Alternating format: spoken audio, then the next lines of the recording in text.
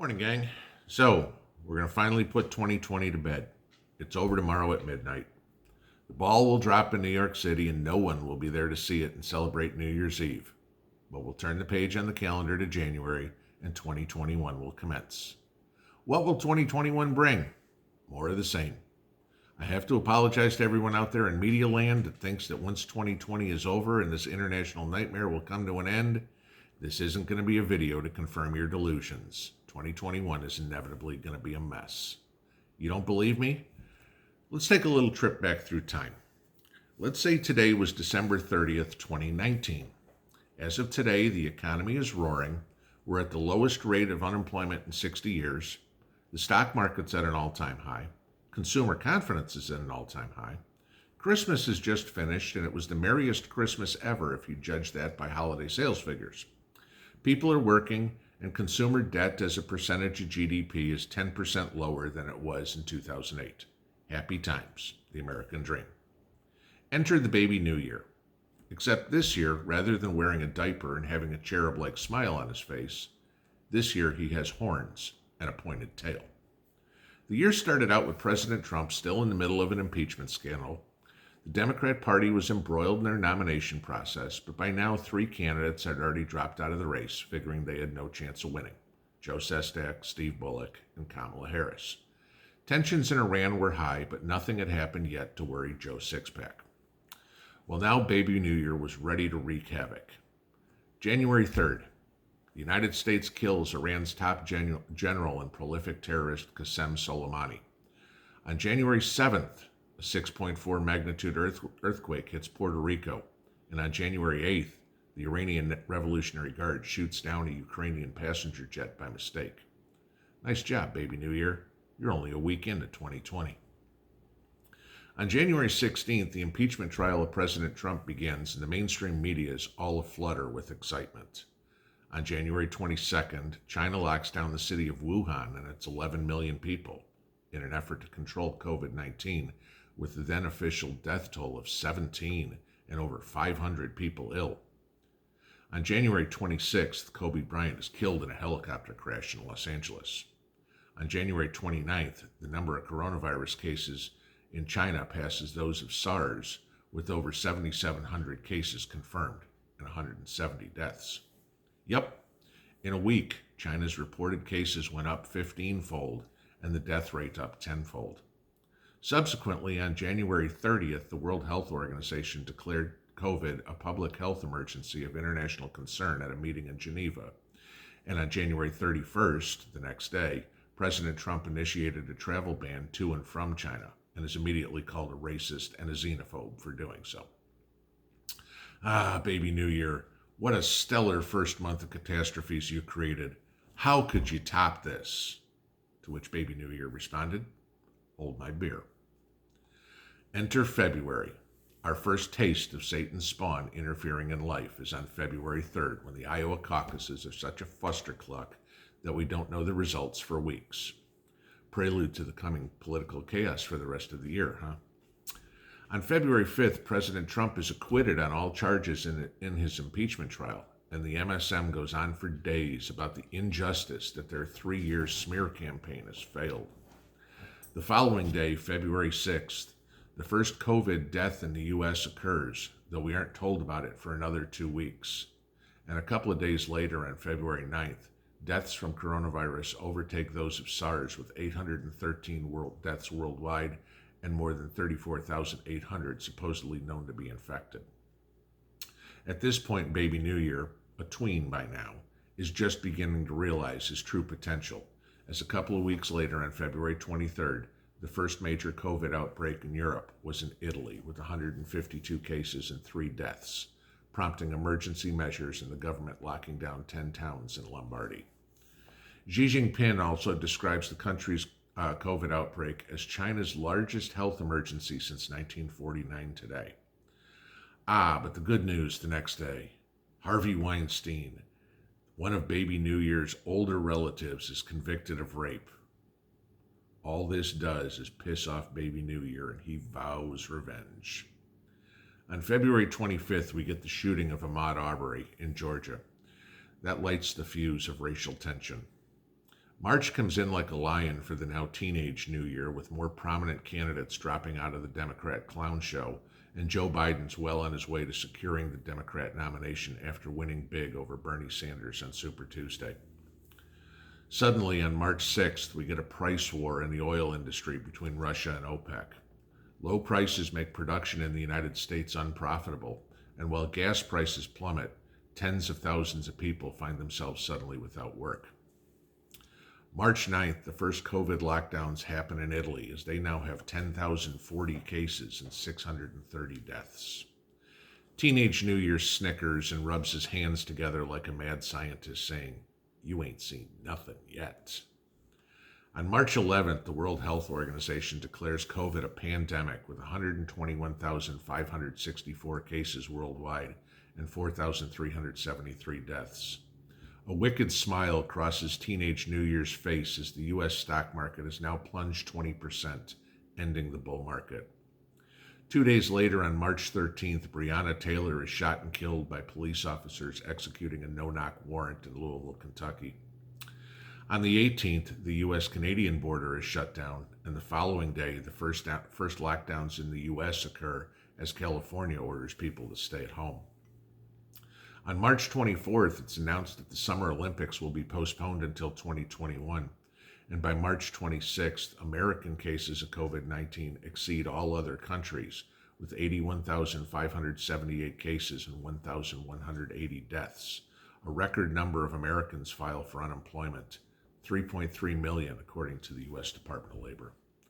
Oh, how things have changed in less than 90 days. 20-something New Year is pleased with himself. On March 27th, the stimulus bill is signed into law by President Trump, hoping to help people affected by job loss. But Satan's spawn isn't done yet, not even close. On March 29th, infectious disease expert Anthony Fauci warns America may see between 100 and 200,000 deaths from COVID. The following day, Virginia, Maryland, Arizona, and Florida issue lockdowns. April showers bring nothing other than a stack of unpaid bills, as a record 6.6 million Americans filed claims for unemployment on April 2nd, and COVID cases worldwide topped 1 million. On April 6th, the U.S. COVID death toll passes 10,000, with more than 356,000 Americans infected. In New York, the death toll reaches 4,758, and 20-something New Year has a closed-door meeting with Governor Cuomo. On April 7th, China reopens Wuhan and reports no new deaths. 20-something New Year is furious. On April 13th, after the meeting, Governor Cuomo announces, "I believe the worst is over, and if we continue to be smart about the COVID-19 pandemic," as the New York death toll passes 10,000. On April 20th, the price of oil falls to a low of negative $37.63 a barrel, as Baby Something New Year grins at the thought of destroying the world economy. On April 28th, the U.S. confirms that cases of COVID-19 pass 1 million, while the death toll of 58,365 surpassed that of soldiers killed in the Vietnam War. On May 7th, the U.S. unemployment claims hit 33.3 million, or 20% of the workforce. And on May 18th, President Trump confirms he's taking the controversial drug hydroxychloroquine. Now 30-something New Year is getting worried. Were all his plans for naught? Was this true? Was the pandemic being brought under control by these mortals? Nah, I have more tricks up my sleeve, he said. So on May 22nd, a Pakistani International Airlines flight crashes near Jinnah International Airport in Karachi, killing 97, with just 2 survivors. And on May 24th, millions of cicadas in a once-in-17-year event emerged from the earth in the U.S. South, posing crop danger and noise issues.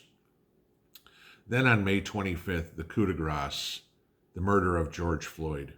That'll make the people hate the police, 30-something New Year thought. 3 days later, a state of emergency is declared in Minneapolis, and the National Guard is activated. Joy could be seen in New Year's face. The plan was back up and running. On June 7th, the COVID global death toll passes 400,000, with confirmed cases at 6,900,000 plus. There are Black Lives Matter protests all around the world. In Bristol, England, a statue of 17th century slave trader Edward Colston is pulled down. On June 8th, protesters take over part of Seattle and declare it an autonomous zone, or CHAZ. No rules, no laws, just anarchy. On June 10th, statues of Confederate figures and explorers become the focus of Black Lives Matter protests, with many removed, including those of Confederate President Jefferson Davis and of Christopher Columbus in Richmond, Virginia. And then on June 12th, Rayshard Brooks was shot dead in a drive-through car park in Atlanta, further stoking the racial divide. Then on June 18th, the Supreme Court rules the Obama-era Dreamers program, DACA, enabling undocumented migrant children the ability to study and work, can remain. On June 21st, Saudi Arabia bans international visitors from making the Islamic Hajj pilgrimage in 2020 due to coronavirus. Middle-aged New Year is thrilled. The economies of the world are crashing, and now so are the religions. What could be better, he thinks. Oh, wait, I have an idea. On June 22nd, U.S. government data shows African Americans 4 times more likely than whites to be hospitalized for COVID-19, highlighting racial disparities for the pandemic. That should do it, Middle-aged New Year says. On July 2nd, Texas Governor Greg Abbott makes wearing face masks mandatory as cases of coronavirus soar in the state. And on July 6th, America officially begins withdrawing from the World Health Organization. The next day, India surpasses Russia to become the world's 3rd worst affected country, with daily COVID cases exceeding 20,000 and total cases over 700,000. Then on July 25th, Hurricane Hannah, the first of the 2020 season, makes landfall on the Texas Gulf Coast as a Category 1 storm. As summer is winding down, on August 3rd, Hurricane Isaias makes landfall in the U.S. as a Category 1 hurricane near Ocean Isle Beach, North Carolina. And a couple of days later, on August 4th, huge explosions in the port of Beirut, Lebanon, kill more than 200 and leave over 6,000 people injured. On August 9th, a disputed Belarusian presidential election sees longtime dictator Alexander Lukashenko officially win 80% of the votes, but unofficially lose 60 to 70% of the votes to main opposition candidate Svetlana Tsikhanouskaya. A prelude of things to come, methinks, says Middle-aged New Year. What else can I do, he ponders. On August 10th, a derecho hits the U.S. Midwest, flattening cornfields, leaving hundreds of thousands without electricity, and kills 2 people. On August 11th, Joe Biden announces Kamala Harris as his running mate, the same candidate that dropped out of the race before the year even started because no one had interest in her candidacy. On August 17th, the University of North Carolina at Chapel Hill is the first college to send students home and convert to online classes after 135 COVID cases were detected on campus. On August 18th, California Governor Gavin Newsom declared a state of emergency as 27 fires burned across the state amid a continuing heat wave. Middle-aged New Year does his best flounder impersonation, saying, "This is great!" On August 23rd, Jacob Blake was shot and injured by police in front of his children in Kenosha, Wisconsin, prompting even more violent protests. On the 27th, Hurricane Laura makes landfall in Louisiana near the Texas border as a Category 4 storm with 150-mile-an-hour winds, killing at least 16. As fall rolls in, an aging New Year is getting tired, but by no means is he ready to retire. On September 7th, India overtakes Brazil to record the 2nd highest number of COVID cases with 4.2 million, and a couple of days later, the global death toll from COVID-19 passes 900,000, with the U.S. having the most deaths at just over 190,000. On September 14th, Israel becomes the first country to announce a 2nd national lockdown due to COVID for 3 weeks. On the 16th, Hurricane Sally makes landfall near Gulf Shores, Alabama as a Category 2 storm, bringing serious flooding. On September 22nd, America's COVID death toll passes 200,000, more than any other country. President Xi Jinping of China also pledges at the UN that the country will adopt stronger climate targets, including becoming carbon neutral by 2060. This infuriates the World Economic Forum because they want the world to be carbon neutral by 2030. Immediately, Klaus Schwab, Bill Gates, and Prince Charles call for an emergency meeting with the aging New Year. "What can you do?" exclaims Schwab. "Oh, just wait. I'm not done yet," replies New Year. On September 24th, President Trump nominates Judge Amy Coney Barrett for the U.S. Supreme Court to replace the recently deceased Ruth Bader Ginsburg. On September 30th, California becomes the first state to pass a law allowing for reparations for black residents and descendants of slaves. That should piss them off, quips New Year. As the witching month commences, President Trump announces via Twitter that he and First Lady Melania have tested positive for COVID. Later in the week, on October 8th, the FBI charges 13 men with plotting to kidnap Michigan Governor Gretchen Whitmer and storm the Michigan Capitol. COVID cases around the world start to increase as summer is now over. On October 14th, French President Emmanuel Macron announces a public health emergency and a curfew of 9 p.m. for 9 cities due to a surge in COVID cases. Another sign of things to come. On October 27th, the WHO confirms Europe is in the midst of a second COVID wave, with cases rising rapidly, 30% in a week, deaths rising 40%. Then on October 28th, Hurricane Zeta makes landfall in the U.S. near Cocodrie, Louisiana, as a Category 2 storm. November finally, thinks an aged New Year. Time for my last hurrah, the U.S. elections. What a better place for my swan song. On November 7th, Joe Biden was declared the winner of the U.S. presidential election, 4 days after votes were cast, and the mainstream media falls into lockstep, and reports on this breathlessly for weeks. On November 9th, drug maker Pfizer announces their COVID vaccine will be over 90% effective in a first look at the results from their phase 3 trial involving 44,000 people. December 8th, the UK begins vaccinating for COVID using the Pfizer vaccine. December 9th, Canada approves the Pfizer vaccine for COVID. On December 11th, America's FDA authorized the Pfizer COVID vaccine for emergency use. On December 12th, Chinese leader Xi Jinping says the country will reduce its carbon intensity by 65% by 2030. After aged New Year and Klaus threatened President Xi with an eternity in hell next to the two of them if he doesn't come into line at a faster pace. On December 14th, America begins its first COVID vaccinations using the Pfizer vaccine. On the same day, it records over 300,000 deaths. Then on December 16th, a major winter storm hits the U.S. Northeast, resulting in at least 7 deaths, and Binghamton, New York, receiving a record 41 inches of snow. On December 17th, President Emmanuel Macron tests positive for COVID, sending other European leaders into isolation. On December 29th, the World Health Organization issues a statement, quote, "I don't believe we have the evidence on any of the vaccines to be confident that it's going to prevent people from actually getting the infection and therefore being able to pass it on," unquote. So, tomorrow night at midnight, Satan's spawn, baby New Year 2020, will lie down in his coffin, his work done. Only the corpses of years past will be his company now.